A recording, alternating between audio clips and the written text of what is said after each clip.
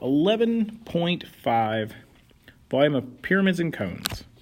So the volume of a pyramid, the formula for a volume of a pyramid is equal to 1/2 the area of the base times the height of the pyramid. And the height of the pyramid runs from the top or the vertex point of the pyramid perpendicular to the base.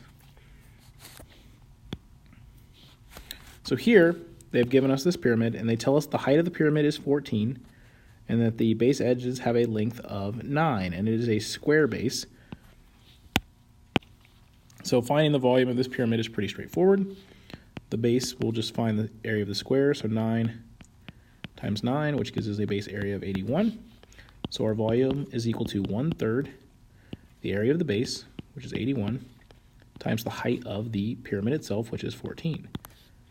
We can calculate that out to be right around exactly 378 centimeters cubed.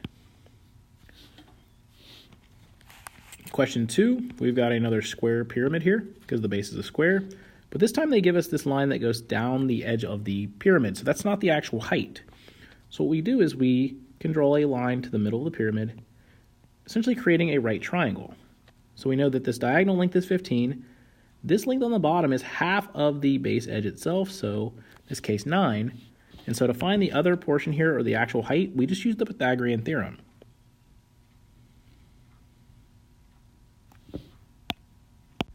So in this case, that actual height of the pyramid here should be 12. So if you're ever given what they call the slant height, you do not want that when you're finding volume. So this is not the height we want. So now we're going to go ahead and find the area of the base, which in this case is still a square.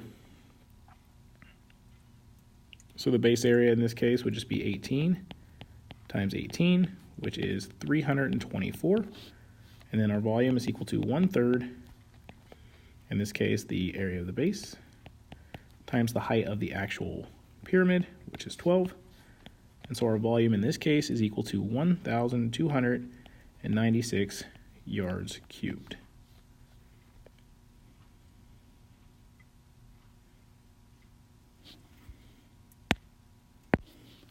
Volume of a cone is found the same way, except instead of using base area, they put it in terms of the circular base itself, using the actual formula for base area of pi r squared. So the volume of a cone is 1/3 pi times radius squared times the height of the cone itself, or simply the same as it was for the pyramid, 1/3 base area times height. All right, so what we can do here is, with this formula, it's a little easier to plug everything in and go right from the start. So here we have 3 examples.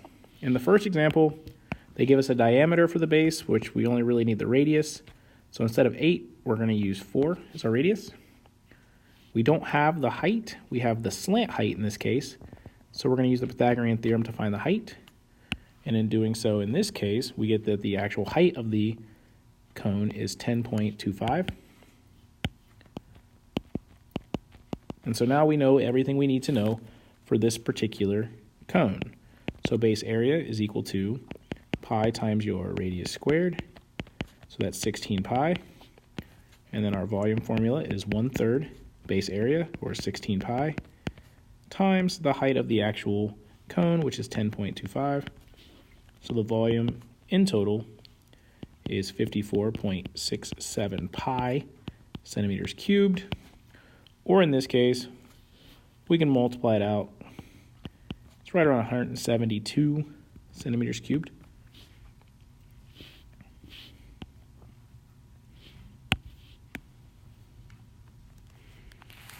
Question 2, very similarly, we have, this time they give us the radius. We once again have the slant height, so instead of using the slant height, we're going to use the Pythagorean theorem to find the actual height. In doing this, we get to the actual height here is 30 centimeters. So our volume formula is 1/3. The base area for a circle is just pi times the radius squared. So I'm going to write it like that, times the height of the actual cone. Sorry, keep calling it pyramid, it's a cone. Times the height of the cone, which is 30. We'll simplify this down and we get 2,560 pi centimeters cubed. Or if you want to multiply it out, you're going to get right around 8,042 centimeters cubed.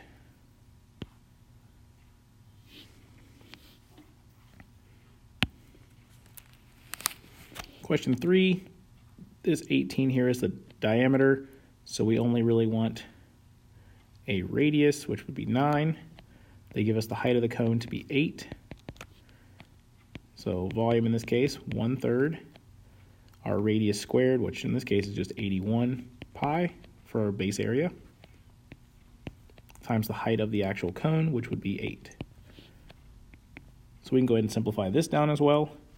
We're going to get 216 pi meters cubed. Or if we multiply it all the way out, we're right around 679 meters cubed.